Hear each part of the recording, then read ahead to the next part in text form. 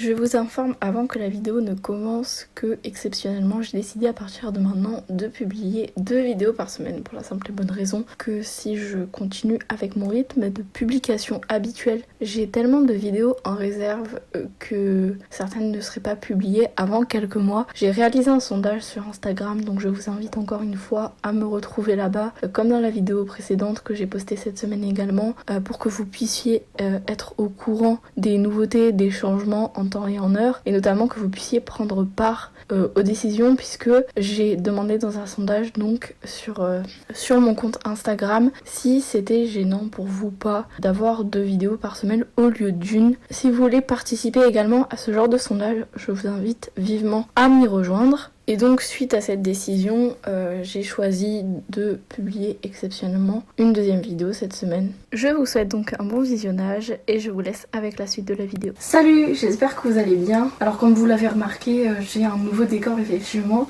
J'ai changé de place mon téléphone parce que l'essai avec l'appareil photo a été vraiment désastreux. Comme vous avez pu le remarquer, il y a une des vidéos qui était entièrement floue. Malheureusement j'ai pas eu la possibilité de la retourner, donc je l'ai postée telle qu'elle est. Donc si vous voulez la retrouver sur ma chaîne, c'est la vidéo sur les réseaux sociaux. Vous pouvez l'écouter comme un podcast, c'est pas dérangeant. Mais ce qui est juste gênant, c'est vraiment la qualité de l'appareil photo qui m'affichait un retour plutôt bon.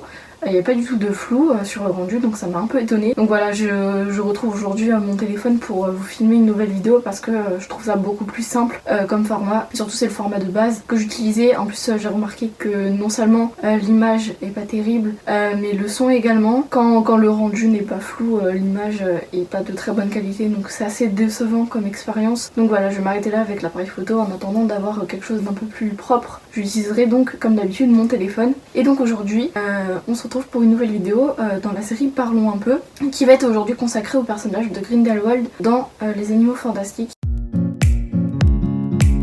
Je sais pas du tout comment prononcer son nom, donc moi je le prononce comme ça, mais après chacun sa préférence. Donc je vais d'abord évoquer avec vous un peu son passé, parce que je pense que c'est la meilleure façon de le connaître, c'est de parler un peu avec vous de son histoire. Donc faut savoir que Grindelwald a étudié dans l'école de magie d'Armstrong. Alors je sais pas exactement où est-ce qu'elle se trouve, mais elle se trouverait plus vers le nord de l'Europe. Son emplacement est secret parce que son directeur préfère préserver cet anonymat, et d'Armstrong est réputé pour l'étude de la magie noire qui est effectuée là-bas. Et donc Grindelwald a été renvoyé de l'école à ses 16 ans pour usage de magie noire. Il va donc ensuite faire un voyage à l'étranger et il va notamment aller retrouver sa grande tante Bathilda Tour-de-Sac, qui est donc l'écrivaine de l'histoire de la magie, qui est un livre assez réputé dans le monde de la sorcellerie et notamment étudié à l'école Poudlard. Donc ils se rejoignent donc dans sa maison à Godric's Hollow, et c'est notamment là qu'il va faire la connaissance de Dumbledore, Albus Dumbledore, qui venait à l'époque tout juste de perdre sa mère Kendra et qui retournait tout juste à Godric's Hollow pour les vacances. Donc c'est pendant ces 2 mois que vraiment va se dérouler la rencontre entre Albus Dumbledore,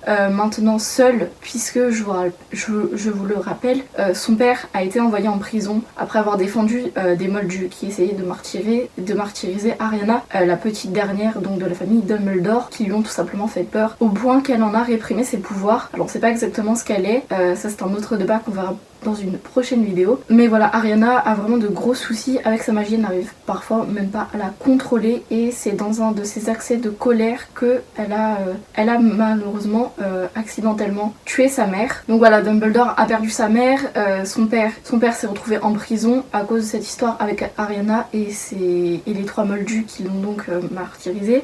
Il est seul avec son frère à Belfort, et voilà, il retourne donc à Godric's Hollow pour les vacances. Il doit s'occuper de son petit frère et de sa plus jeune sœur Ariana. Il est donc seul et il va rencontrer Grindelwald alors qu'il est hébergé chez sa grande-tante Mathilda, qui était leur voisine à l'époque. Donc les 2 sorciers s'entendent plutôt bien, assez rapidement d'ailleurs, et ils vont échanger des lettres autour d'un projet commun qu'ils ont: rendre l'existence des sorciers publique aux moldus. Donc ils veulent violer le code international du secret magique, et Grindelwald a pour but par la suite d'exercer un contrôle absolu sur l'ensemble de la population moldue comme comme sorcière. Et les deux garçons vont commencer à avoir une relation plutôt proche. Alors on sait pas exactement comment se termine cette relation, mais disons qu'ils vont éprouver chacun des sentiments l'un pour l'autre, ou en tout cas Dumbledore c'est certain éprouver quelque chose à cette époque pour Grindelwald, et justement Grindelwald va en profiter pour manipuler Dumbledore et assurer qu'il le suive dans son projet. Ils vont ensuite commencer à s'intéresser aux reliques de la mort. Alors si vous connaissez pas les reliques de la mort, c'est en fait 3 objets qui, une fois réunis par leur propriétaire, lui permettent de devenir tout simplement le maître de la mort. Ces 3 objets sont donc la baguette de Suro, qui est la baguette la plus puissante qui ait jamais été créée dans le monde magique. Ensuite il y a la pierre de résurrection qui permet de ramener les morts à la vie. Et enfin la cape d'invisibilité qui permet donc de se cacher de n'importe quelle personne, sorcier ou moldu. Et donc leur histoire va se terminer tout simplement par une embrouille qui aura été déclenchée par Aberforth, qui souhaitera défier son frère pour sa négligence envers lui-même et envers sa petite sœur, surtout Ariana. Au terme de ce combat donc qui va être engagé entre Aberforth, Albus et Grindelwald présent ce jour-là, va en découler donc la mort d'Ariana, qui aura voulu tout simplement aider. On sait pas vraiment ce qu'elle faisait là, mais voilà, au terme de ce combat, Dumbledore racontera que sa sœur était étendue morte par terre. Et bien évidemment, Grindelwald, pour éviter que ça ne lui retombe dessus et qu'il ait encore plus d'ennuis, il va s'enfuir, donc laissant les deux frères pleurer la perte non seulement de leur mère mais également de leur petite sœur. Donc Grindelwald devient par la suite un des sorciers les plus puissants d'Europe, qui sème la terreur dans la population sorcière mais aussi dans la population moldue. On le retrouvera notamment dans les Animaux Fantastiques alors qu'il tente de s'emparer d'un Obscurus que Newt Scamander avait emporté dans sa valise à New York pour y relâcher un animal qu'il était venu déposer tout simplement. Il me semble que c'était en Amazonie qu'il voulait se rendre, donc il passait par New York pour aller en Amazonie pour libérer une de ces créatures fantastiques qu'elle contenait dans sa valise. Et parmi toutes ces créatures, il y avait donc l'Obscurus qui intéressait particulièrement Grindelwald et qui va s'emparer des traits d'un employé du ministère, Percival Graves, pour se faire passer pour lui et pouvoir détourner l'attention de ses supérieurs et récupérer l'Obscurus qu'il convoitait. Donc tout ça se déroule dans les années 1920, il me semble que c'était en 1926, et il cherche ainsi, en récupérant l'Obscurus, à lever une armée contre le code international du secret magique et pouvoir révéler enfin l'existence des sorciers aux moldus. Et il finit par être démasqué par Newt Scamander qui l'enferme donc, mais ensuite il réussira à s'échapper et à étaler sa puissance, notamment en France, à Paris plus précisément. Et ce qui marque notamment cette histoire, c'est que lui et Dumbledore ont fait, à l'époque où ils se sont rencontrés, un pacte de sang qui les empêche donc de s'affronter directement en duel l'un et l'autre. Et ce n'est qu'en 1945, une date que vous connaissez sûrement très bien, que les deux hommes vont finalement s'affronter et mettre un terme à cette rivalité, puisque Grindelwald sera bien sûr vaincu par Dumbledore. Donc pour comprendre un peu mieux Grindelwald, voilà, c'est un homme qui a des convictions extrêmes et des méthodes très brutes pour faire entendre sa voix. Il veut exercer un contrôle absolu sur la population sorcière, mais également non magique. Donc que ce soit des moldus ou des sorciers, il veut étendre sa puissance à ces deux mondes. Et cet excès de pouvoir s'explique tout simplement par ce désir de tout contrôler. Vouloir mettre fin au code international du secret magique, c'est déjà quelque chose d'assez risqué, assez téméraire.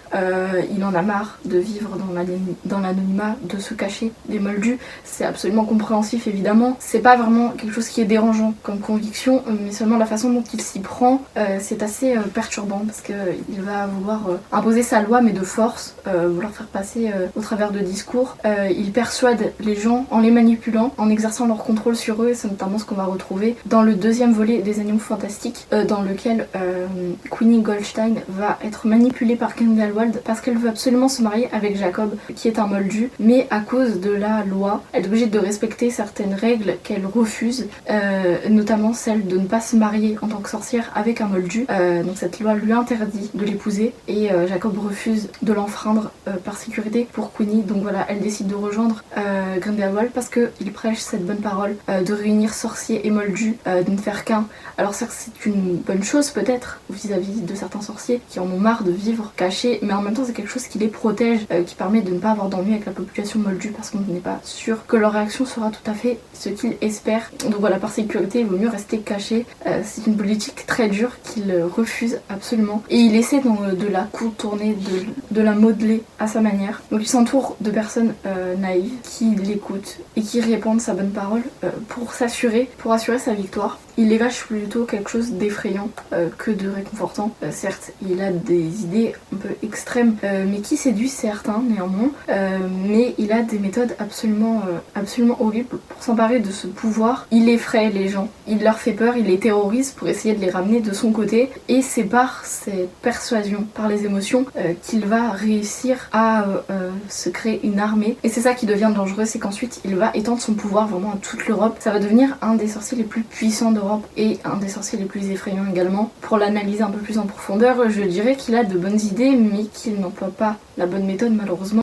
C'est toujours des discours qui vont être alimentés en émotions pour que les gens éprouvent de la peur, pour qu'ils aient peur, pour qu'ils puissent les manipuler plus facilement et pour qu'ensuite il les rallie à sa cause. Il est avide de pouvoir, il est puissant et il s'en sert très bien. Il se sert très bien de cette puissance et de son pouvoir pour faire ce qu'il veut, pour effrayer les gens, pour les avoir de son côté et pour être certain qu'ils ne se détournent pas de lui. Il va les manipuler et ça on le voit très bien, notamment dans Les Animaux Fantastiques, le deuxième film. Je vous en dis pas plus si vous l'avez pas regardé bien évidemment, mais voilà, il y a quelques petites choses qu'on va retrouver qui sont de l'ordre de la manipulation et qui lui permettent... Qu'est-ce que tu fais? C'est nouveau là, les vêtements? Tu veux que je te reloupe encore? Ouais. Non par contre tu dégages là parce que tu vas me mettre du rouge à lèvres. C'est non. Salut. Oh, t'es en train de tout détruire hein. Bonjour. Trop belle. Et donc ces méthodes vont lui permettre d'arriver à ses fins, d'obtenir la victoire qu'il espérait, mais néanmoins il va quand même échouer dans ses plans à la fin, lors de son combat avec Dumbledore, lorsque la défaite sonnera pour lui. Pour résumer, il aura quand même réussi à faire quelque chose, c'est-à-dire rallier des gens à la cause qu'il défend avec ferveur, et simplement avec cette facilité à séduire les gens, tout simplement en parlant, mais également en les persuadant. C'est vraiment facilement la façon dont il arrive à les persuader, en les prenant par les sentiments, notamment avec Queenie comme je vous en parlais. Il n'a pas eu à la forcer à venir dans son rang, il l'a simplement séduite avec des paroles qu'elle voulait entendre. Donc voilà, il se sert de ce que les gens veulent entendre, de ce que les sorciers veulent entendre pour les avoir de son côté. C'est assez perturbant de voir à quel point il arrive à manipuler les gens, mais en même temps il vient presque effacer la force et la violence qui sont généralement associés à ce genre de discours pour en faire quelque chose de plus accessible, notamment pour les sorciers, et pour s'assurer qu'ils le suivent dans ses plans sans avoir besoin réellement d'employer la violence. Il peut donc se révéler efficace dans ses paroles, mais également il peut se révéler violent dans ses discours. Il fait tout pour inciter les gens à avoir peur. Il les menace assez violemment avec des images assez perturbantes, assez parlantes, pour qu'ils soient terrorisés et qu'ils aient donc envie de rejoindre son parti. Et donc voilà, au-delà de tout cela, Grindelwald reste attaché à ses convictions. Il veut réaliser ses désirs et pour y parvenir, il est prêt à tout, y compris au mensonge et à la dissimulation, pour faire de ses simples souhaits une réalité. Donc voilà, j'espère que cette vidéo vous aura plu. Grindelwald n'est pas un personnage que je porte particulièrement dans mon cœur, mais j'avoue que j'aime beaucoup qu'il dégage. J'aime beaucoup l'énergie qu'il dégage, malgré le fait que ce soit un personnage associé plutôt aux méchants. Il n'empêche que j'apprécie particulièrement cette force qui émane de lui. L'interprétation de ce personnage par Johnny Depp le rend assez badass, on va dire. Je suis pas très raccord avec ses idées évidemment, mais j'aime beaucoup voilà, la personnalité et le style qu'il dégage. C'est un peu comme Dumbledore, on peut l'admirer pour ça évidemment, et on n'adhère pas forcément aux mêmes idées que lui, mais sinon voilà, il y a quelque chose qui émane de lui qui est assez particulier et que j'aime beaucoup. Donc j'espère que cette vidéo vous aura plu, et en attendant, moi je vous dis à bientôt pour une prochaine vidéo. Salut!